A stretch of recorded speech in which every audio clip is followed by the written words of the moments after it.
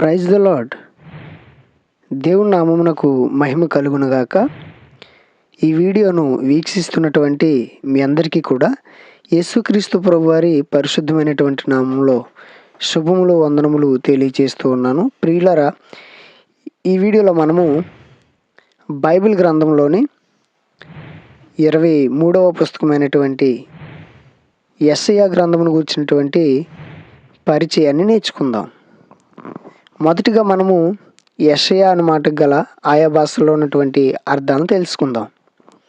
హిబ్రూలో యెషయాహు అనేటువంటి పదాన్ని ఉపయోగించడం జరిగింది. ఈ మాటకు గాడ్ సేవ్స్ అనగా దేవుడు రక్షించును అని అర్థం. యెషయాహు అనేటువంటి పదము రెండు పదాల కలయిక. మొదటిది యెష అనగా ఇంగ్లీష్లో సాల్వేషన్, తెలుగులో రక్షణ. రెండవది యాహ్ అనగా యాహ్వే, ఈ మాటకు యెహోవా అని అర్థం. గ్రీక్ భాషలో యెషయాస్ అనేటువంటి పదాన్ని ఉపయోగించడం జరిగింది. ఈ మాటకి ఇంగ్లీష్లో ఐజయా అని అర్థం, అనగా తెలుగులో యెషయా.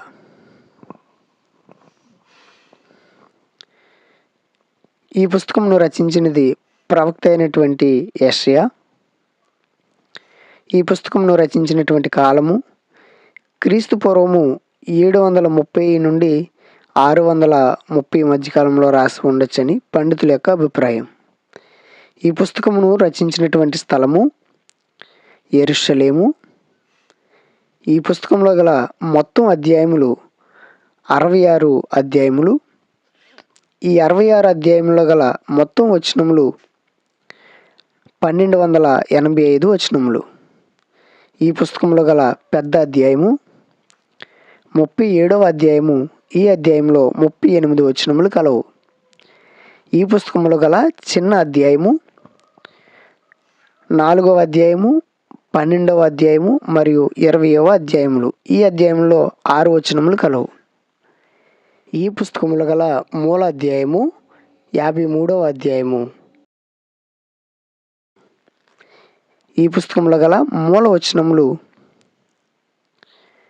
యెషయా గ్రంథము 7వ అధ్యాయము 14వ వచనము, 9వ అధ్యాయము 6-7 వచనములు, 53వ అధ్యాయము 4వ వచనం నుండి 7వ వచనం వరకు, అలాగే 9వ అధ్యాయము 6-7 వచనములు, 5వ అధ్యాయము 3 నుండి 6 వచనములు.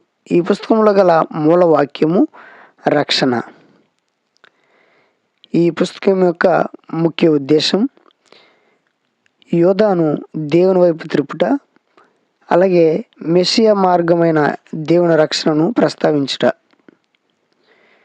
ఈ పుస్తకంలో గల ముఖ్యమైన వ్యక్తులు యెషయా మరియు 2 కుమారులు.